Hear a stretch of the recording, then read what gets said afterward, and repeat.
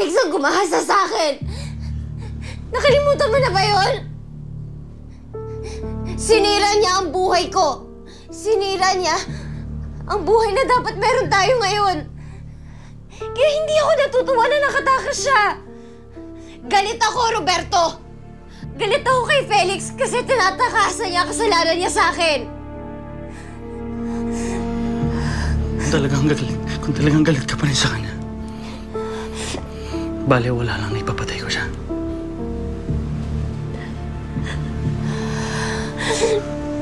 Oo naman, Roberto.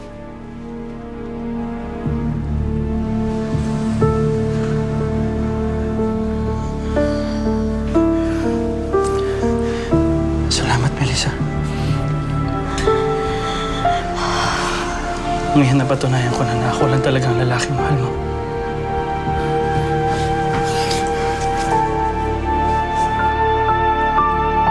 Hayop ka, Roberto. Magkakasama din kami ni Felix. Mabubuo ulit ang pamilya namin.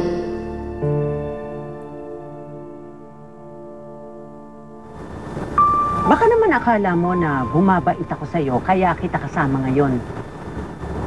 Wala lang akong mapagkatiwala ang magbabantay sa'yo dun sa bahay.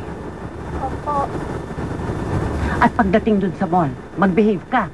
Kung hindi, ibabalik kita dun sa kulungan ng aso. Nakakatakot ka naman maging lola, Mama. I'm glad na hindi kami nagkaanak ni Roberto. Hindi ko naman kadugo yung bata na yan eh. Roberto might have adopted her as his own. Hindi ko siya type. Iba na lang kung kayo ni Roberto ang magkakaanak. You know that I always liked you. Same here, Mama.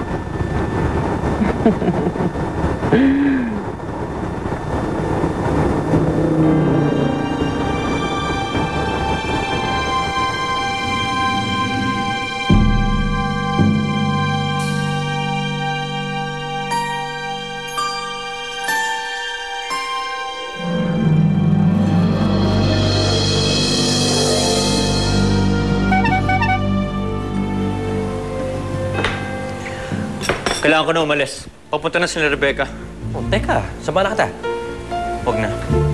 Madadami ka pa kapag nakita ko ng mga pulis. Ayos lang yun. Sabihin ko, pinilit mo ako. Tinakot mo, kaya sumama sa'yo. Pare, di ba, sabi mo sa akin, si Roberto ang pumatay sa nanay ni Melissa. Ba't di na lang natin i-report sa pulis yun? Para maparusahan na yung hayop na yun. Malakas ang kapit ni Roberto sa mga pulis.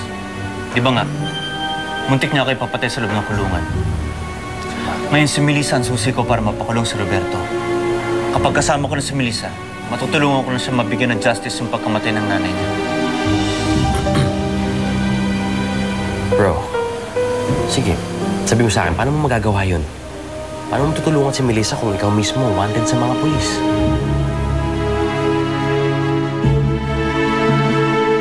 Babalik ako agad, Melissa. Kukuha lang ako ng supplies natin. Mag-iingat ka, Roberto. Iingat ka, ha?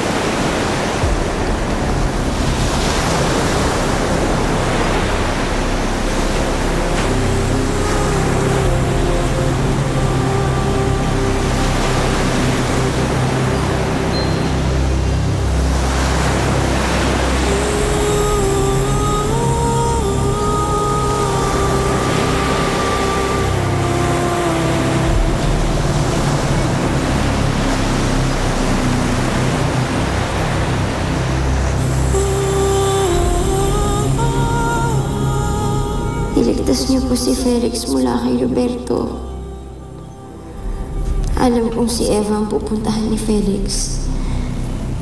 Kaya huwag niyo po sanang hayaan na mapahamak ang mag-ama ko. Nakikiusap ako sa inyo. Hayaan niyong magkasama ang mag-ama ko.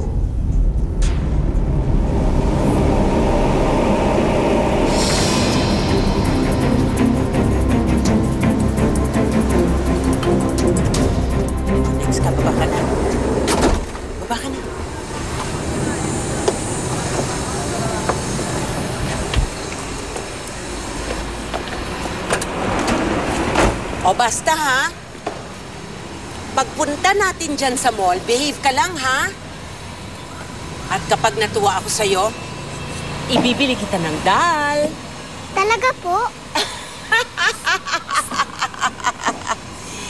Hindi ka talaga makakuha ng joke.